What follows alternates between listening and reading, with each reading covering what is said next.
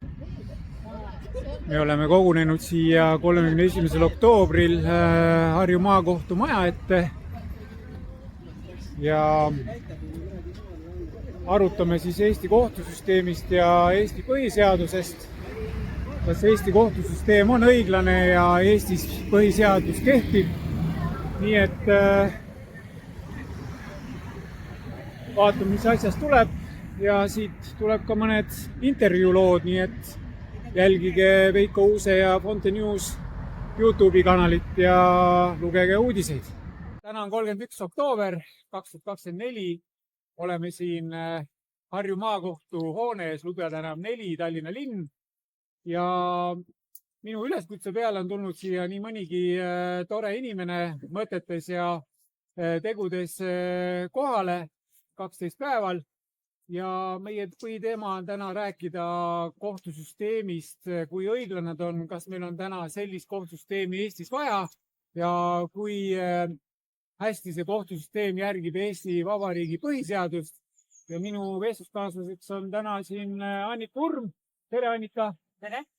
Et sina oled kajastanud oma seiklusi kohtusüsteemis korduvalt läbi Fonte News uudistekanali.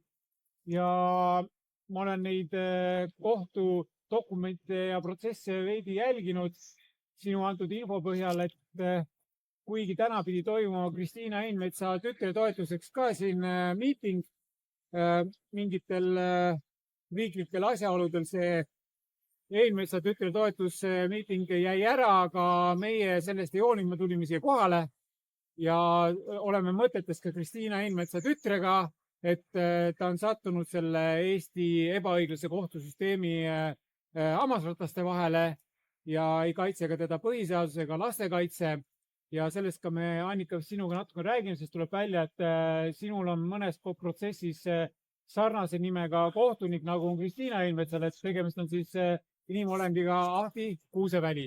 Et räägi, mis sina arvad sellest kohtusüsteemist ja kohtuniku käitumisest, on see mõistlik ja on see vajalik või vajab muutust? Kindlasti täna selline kohtusüsteem, mis meil on, ei toimi Eesti inimesele, et see on, nagu Argo Jõgelin ütles, piraatide laev ja seal sees on piraadid ja see vastab jumalast tõele. Ja ainuüksi selle tõestuseks on see, et kohtunikud ei järgi ei seaduseid, ei põhiseaduseid, mõtlevad ise neid välja ja teevad selliseid otsuseid. Esiteks nad trikitavad, kõik otsused on trikiga, et kuidas ikkagi mitte miskit ei saa, aga nad ei anna mingisuguseid lahendusi. Ja nii Kristiina asi kui ka minu asi on tegelikult otsused lihtsalt nagu välja mõeldud ja tehtud seadusepäraseks nende enda uute seadustega. Aga räägi nüüd, kuidas see Ahti Kuuseväli on sinu elukäiku mõjutanud oma otsustega, on nad olnud õiglasemad, kui ta on käitunud näiteks Kristiina Einmetsa tütre otsustamisel? No okei, minu oma on nagu see, et Ahti Kuuseväli, ma võin selle kohtu asja numbri ütelda ka, 223-177, siis saavad kõik seda vaadata, see on avalik. Ma olen läinud 5 suurema meediaettevõtte vastu, kes on 8 aastat mind laimanud meedias ja see on mulle toonud kahjulikke tagajärgi väga nagu raskelt ja ma ei saa sinna mitte midagi teha. Kohtusse ma ei saa, et Ahti Kuusevälja case oli tegelikult juba 13. Et ma olen juba 12 korda ennem kohtus juba välja visatud. Ma pole sinna saanud ja tänase päevani tegelikult ma ei ole sinna veel sisse saanud. Sest et Ahti Kuuseväljaga oli selline asi, et mina tegin avalduse, et valefaktiväidete ja laimude eemaldamisega, artiklite eemaldamiseks ja siis ta tunnistas selle perfektiivikaks, ma sain 800 € riigilõivu vabastust. Esialgu mulle riigi advokaati antud, kui Ahti Kuuseväli ütles, et see on nii lihtne asi, et selleks ei ole ühtegi advokaati vaja. Okei, ootame siis edasi. Vastaspoole advokaadid leiavad, et mul ei ole piisavalt vara ja nõuavad minu käest 6000 € advokaatide tagatiseks, töötasude tagatiseks. Me räägime siin, et sellel 5 ettevõttel on aastakäive 100 miljonit. ja nad on firmad, mina olen teiselt poolt üksikema ja olen nagu selle teiselt poolt vastas inimesena, kui nemad on nagu juriidilised isikud, ehk siis väljamõeldised fiktsioonid. Ja põhiseadus mind ei kaitse. Ja siis Ahti Kuuseväli määraski 6000 euri tagatist, mis on 5 korda suurem kui Eesti keskmine palk. Ja mina seda ei maksnud, sest mul ei olnud seda raha maksta. Ja loomulikult kõikides astmetes öeldi, et ma pean maksma 6000 euri, et üldse kohtusse saada. Ja siit tulebki nagu, ühelt poolt räägime edasi sellest, et miks on nagu ebaõiglane kohtusüsteem, et see üldse ei saa nagu, sellise kohtusüsteemi lihtsalt ei ole mõtet, sest et tegelikult see ei kaitse Eesti inimest ja inimene ei saagi kunagi kohtusse. See kõik see tegu on näid, et mulle antakse riigilõivuvabastus, lõpuks anti mulle ka riigi advokaat, aga siis oli juba sisuline menetlus läbi. Et tegelikult täna ma kohtusse ei saagi ja mind visati välja sellepärast, et mul ei olnud 6000 euri tagatismaks. Aga nüüd kuulake edasi, et tegu on ikkagi Delfiga, Postimehega, Õhtulehega, Geeniusmeediaga, Meedialiiduga. See on pressinõukogu on meil meedia katusorganisatsioon ehk siis kuritegevusorganisatsioon, MTÜ ei tohi kellegi üle kohut mõista, et see on meil põhiseaduses kirjas. Et siis nemad tegid soodsa otsuse sellega Delfile. Aga mõelge nüüd ise, mida Eesti Ekspress tegi Kristiinale. Et tegelikult see kõik on nähtamatu käsi, nähtamatu kuritegevus ja nähtamatu korruptsioon. Miks? Sellepärast, et nad ei pea mitte midagi kokku leppima, aga neil see töötab juba teineteisele kasulike otsuste tegema.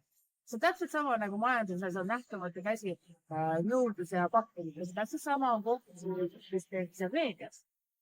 Ja nüüd teiselt poolt Delfi meedia kaebas ka minu kohtusse ja ka Veiko Kuuse satiiride avaldamise eest. Ja siis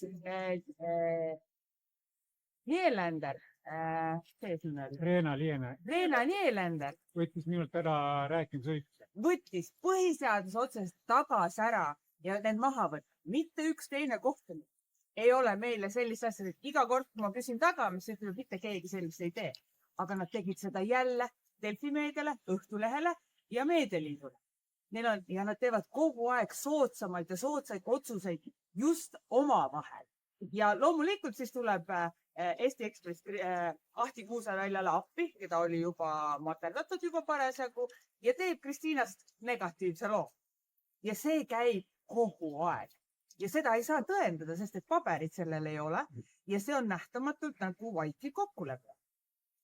Ja loomulikult sealt kõige rohkem võidavad advokaadid, sest et enamusa kohtuasjadel on kohtukulud seal 40-50 000. Õigust mitte kunagi ei saa. Mõidetakse võib-olla trahv või mingisugune 300 euri, võib-olla ka 600 euri, võib-olla mõni puhul isegi 1000 euri, aga kohtukulud on suurusjärk 50 000. Et põhimõtteliselt kohtusse õigust ei saa. Raha saavad ainult advokaadid ja kohtunikud ja meedia mängivad tegelikult isegi kokku, sest siin ei ole nagu muud varianti, kui lihtsalt vahetavad energiat. See on minu arvamus. Nii, mis sa arvad, et milline võiks Eestis siis kohtusüsteem välja näha, et mis oleks nagu mõistlik ja õiglane? Ütleme, praeguse kohtusüsteemis ei ole üldse mitte mingit mõtet, sest sinna ei saa tavaline inimene üldse. Kui sul on näiteks lastevaidlus või on sul näiteks puudevaidlus või sotsiaalvaidlus või ükskõik milline vaidlus, sa ei saa. Sest et sul ei ole selleks raha ega võimalust ega teadmist. Et sul on nagu juba nagu, näiteks minu viimane, ütleme, ma olen ikkagi lõpuks saanud jälle uued riigilõivuvabastused ja olen juba Äripäevaga kohtus. Ainuüksi Äripäeva ühe artikli kohtusse andmiseks oli riigilõiv, millest ma sain riigilõivuvabastuse, oli 1260 euri, mis on Eesti keskmine palk. Palun selgitage, kuidas saab tavaline inimene üldse kohtusse. Või siis näiteks, kui sul on halduskohtus, siis sa ei saa riigiõigusabi, sellepärast et halduskohtunik peaks kõik ise ära tegema ja aitama. Loomulikult nad seda ei tee ja tavaline inimesena lihtsalt ei saa. et ütleme niimoodi, et täna nagu sellises kohtusüsteem, mis meil on, see on mõeldud ainult rikastele, võib-olla vabamüürlastele, sest nemad teevad omavahel soodsaid otsuseid, aga mitte tavalisele Eesti inimesele. Ja seda, minu ettepanek loomulikult seda saab muuta põhiseadust või teha uus põhiseadus, kus oleks esimene asi oleks kindlasti, et rahvas ei ole mitte kõrgema võimu kandja, vaid kõrgema võimu otsustaja. Ja seega ka tuleb kohtunikud maksimaalselt 5 aastat ametist, neid ei saa olla piiramatu võim, sest täna on kohtunikul piiramatu võim ja ta kuritarvitab ja sa ei saa mitte midagi teha. Sa ei saa Villu Kõve ei tee midagi, Riigikohtu esimees, Justiitsministeerium, õiguskantsler, president, keegi ei saa mitte midagi teha. Ja kui kohtunik teeb põhiseaduse vastase otsuse, ta ei saa olla kohtunik. See ei ole eestlase, Eesti inimesele, ei ole see mitte kuidagi moodi kasulik. See röövib inimõigusi. Et see on nagu minu arvamus. Kas sinu arvates Eestis 3-astmeline kohtusüsteem töötab ja toimib? See on kohe eriti naljakas. Igale poole kirjutan ma kirju, Kaupo Kruus või Astrid Asi või Villu Kõve või õiguskantsler Ülle Madise. Nad alati kirjutavad mulle, meil on kohtusüsteem 3-astmeline, et kuskil astes te ilmselt kuskil ikka saate mingit õigus. Aga reaalsuses Riigikohtusse ma pole mitte kunagi, mitte kordagi saanud. Ja see on esimene asi. Et kui vanasti oli öeldi, et on 18% või 9%, 5% ja 3% võimalust sinna saada, siis täna ma ütlen, et see on nulli lähedal. Riigikohtust on siis jutt, jah? Riigikoht. Aga kui päris ausalt öelda, siis meil on 3-astmeline kohtusüsteem, aga mitte ülemkohtuga. Riigikohtus tegelikult meil sisuliselt ei eksisteeri. Tavaline inimene sealt ei saa mingisuguseid otsuseid, ta ei saa sinna mitte kunagi sisse. Aga meil on alamkohus. Ehk siis on see ametnik, politseinik, meedialiit, pressinõukogu. See on nagu alamkohus, kes otsustab midagi ära, sa oled kuskil süüdi. Ja siis hakatakse seda menetlema, kui esimene aasta on juba tehtud. Et tegelikult meil on 3. koht, aga tagurpidi. Aga seda Riigikohtust täna meil ei saa. Iga kord, kui ma sinna midagi kirjutan, näiteks, et mingi kohtunik on teinud valesti või midagi on seadusvastast teinud või et palun olnud järelevalve menetlus või mida iganes, siis iga kord Villu Kõve ütleb, et meil ei ole seda menetluses, et me ei saa sellega mitte midagi teha. Aga ma ei ole kunagi Riigikohtusse isegi mitte saanud. Aga mis sa arvad, et mis on need tööriistad või lahendused, kuidas seda Eesti kohtusüsteemi või üldse kohtuniku ametnikke kas või ilma, te ei saa põhiseadust täna muuta, sest Riigikogu ei ole nõus muutma põhiseadust. Ja me hetkel Eesti riigis ei saa ka seadusi muuta, sest et Riigikogu poliitikud ei ole valmis seadusi muutma selliseks, et oleks eestlasel õiglus olemas, turvalisus, lapsed saaksid kasvada emaga koos, et mis oleks need instrumendid, mida võiks kasutada, et mingitki moodi hakkaks kohtusüsteemis kohtunikud ja ametnikud meelsust muutma ja õiglasemaks? See on väga raske küsimus, sest et tegelikult täna ju mitte midagi ei toimi.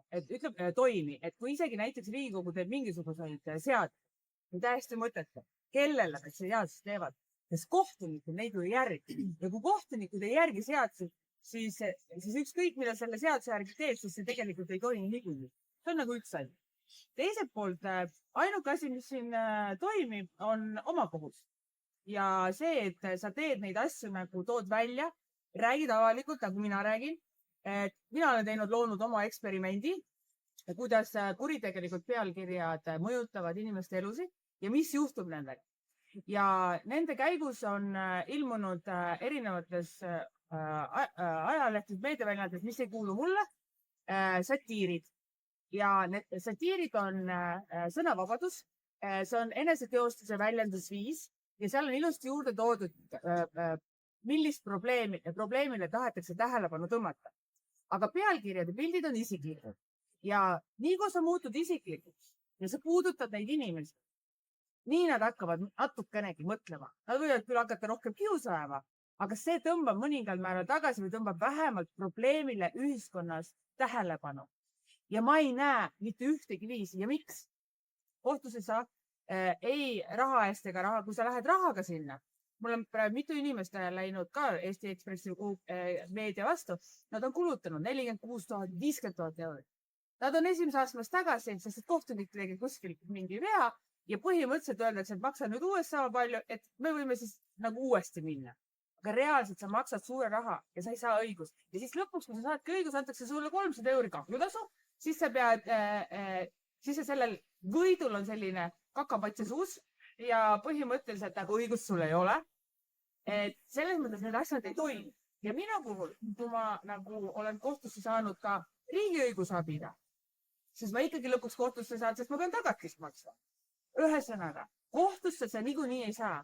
Ainuke viis on teha kas oma eksperiment, tuua välja satiirida need asjad või oma kohus. Ma tean ühte juhtumit iseenda puhul, et kui ma Fonte Newsi Telegramis tegin säutsu, et kuna kohtust õiglust ei saa, siis kas päästab ainult oma kohus, siis järgmise päeva hommikul kell 8 mul telefonikõne politsei uurijalt ja helistas mul sellel põhjusel, et nendel poole pöördus üks inimene, kes tundis muret minu ütluse pärast, et mina olin öelnud avalikult, et nüüd ma kutsun üles oma kohtu, ehk inimesed peavad oma kohust hakkama tegema, et kas sa korraldad mingit vägivalda või mis sul on eesmärk selle oma kohtu all. Siis ma selgitasin politseiametnikule, ta oli väga kena ja tore uurija, väga mõistlik, tark uurija, ma pole ennem sellist suhtumist kogenud. Siis selgitasin, et ma võrdlen seda oma kohust sellega, et kui kohtumajas kohtunikud teevad oma kohust, ehk nad mõtlevad välja igasuguseid imeasju, kuidas inimesi ebaõiglaselt kohelda, siis kas minul ei ole seda õigust mõelda välja, kuidas oma tühik kohus näeks minu moodi ehk Veiko moodi välja, et mina mõtlen välja, kuidas ma siis neid kuritegelikke tegelasi siis vastutama panna. Ta sai täiesti sellest aru, mida ma mõtlen ja ta ütles, et ma pidin selle kõne tegema, sest tuli avaldus, et mina kutsun üles inimesi oma kohut tegema. Et ma usun, et see selgitus päästis nüüd sind, et politseinik ei helista sulle homme hommikul, et sa jälle räägid oma kohtust. Ma mõtlen ka. Ja ma ütlen, ütleme selles mõttes, et tegelikult on ju väga ei ole ju selles mõttes, ei saa olla eksisteerida Eesti riiki, kui meil tegelikult põhiseadus ei kehti ja sul ei olegi võimalust mitte mingit moodi Eestis õiglust saada. Sul on selle õiglusele ja õigusele sissepääs, juurdepääs piiratud või keelatud. Siis tegelikult sellist asja ühes demokraatlikus riigis kindlasti olla ei saa ja ka mitte vabas Eestis ei saa seda olla, sest see täiesti nagu, see on nagu mõistuse vastane. Nagu peaks olema meil mingi kohus, aga tegelikult see ei toimi ja selle ligipääsu pole. Et selles mõttes, see ei saa olla lihtsalt, see on nagu, see ei saa eksisteerida nagu normaalses ühiskonnas. Selge. Tänan sind, Annika Urm, selle loo eest. Kuna meil siin kõrval hakkas üks ära kukkunud lehtede puurtööle, siis ilmselgelt meie sõnum ei jõua enam kaamerasse ja armas kuulaja vaataja, et lugege Fonte News uudiseid, sest seal ma tegin ühe viimase uudise sel teemal, et kui Riigikogus sai otsustada ära põhiseaduse muudatuse nii, et rahvareferendumit ei tehtud ja nad muutsid ära valija vanuse 18 eluaastat 16 eluaastani, siis ma tegin väikse uuringu ja nimelt seesama Riigikogus saaks sama trikiga teha veel ühe põhiseaduse muudatuse, nad saavad tervet põhiseadust muuta.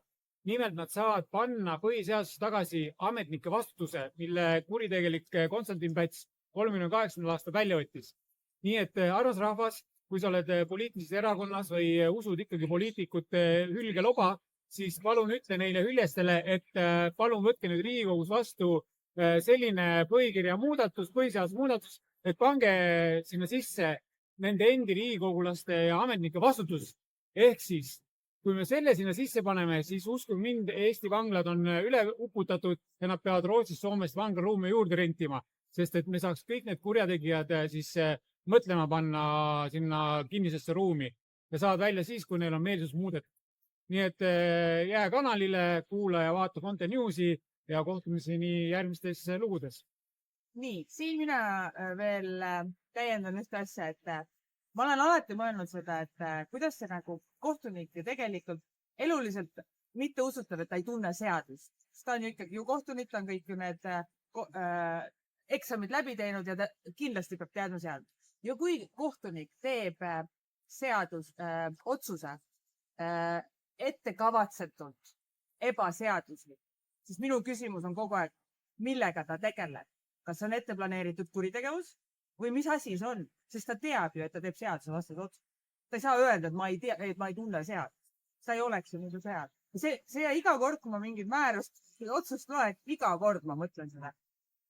Et võib-olla tõesti siis rahvakohus otsustab, millega nad tegelevad. Mina muidugi neid vangi ei paneks, mina paneks neid lehti riisuma ja miinimumpalga peale, et see oleks parem, sest meil vangad, me ei hakka neid üleval pidama. See on hea mõte. Selle mõttega lõpetame. Aitäh! Aitäh!